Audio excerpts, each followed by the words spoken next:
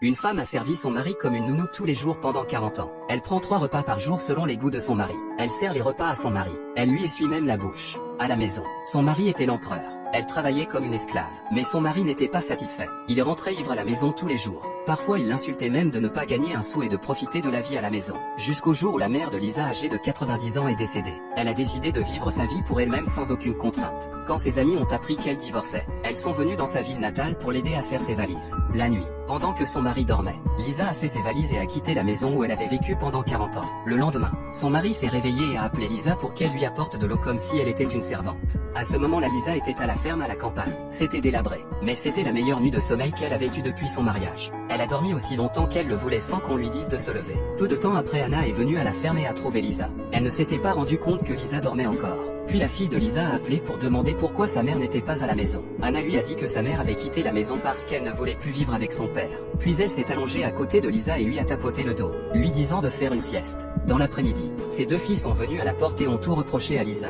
Elles se sont plaintes que le divorce de Lisa à un âge aussi avancé leur causait des ennuis et les ridiculisait. C'est une honte. Mais Lisa est restée silencieuse. Après le départ de sa fille, Lisa a fait des crêpes aux œufs et les a mangées avec ses amis. Comme son mari ne savait pas cuisiner, la fille est venue à la maison à préparer le repas, et lui a dit d'aller amadouer sa mère. Papa a dit qu'elle serait de retour dans un mois au maximum.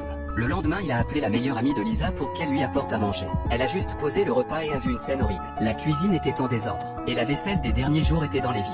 Le vieil homme a dit que les enfants avaient été occupés les 2 derniers jours. La femme a dit que s'ils ne faisaient pas la vaisselle, ils ne devaient pas manger. Mais le vieil homme les a menacés. Si vous pensez que je suis une plaie, laissez Lisa rentrer à la maison. La femme a dit, pensez-vous qu'on va nettoyer derrière vous la prochaine fois? Aujourd'hui c'est la seule fois. Le vieil homme était furieux, et il a dit que tout est de la faute de vous les femmes. On a bien vécu. C'est vous qui avez divorcé une femme qui ne savait rien. Dans l'après-midi, le vieil homme est venu à la campagne pour trouver Lisa. Il est arrivé en criant sur Lisa, disant que si elle ne revenait pas, il devait se préparer à divorcer. Lisa, sans un mot, a sorti un papier du tiroir et l'a jeté devant son mari. Quand il l'a ramassé et l'a regardé, c'était l'accord de divorce déjà préparé. Comme ça, les deux ont décidé d'aller au tribunal pour partager les biens.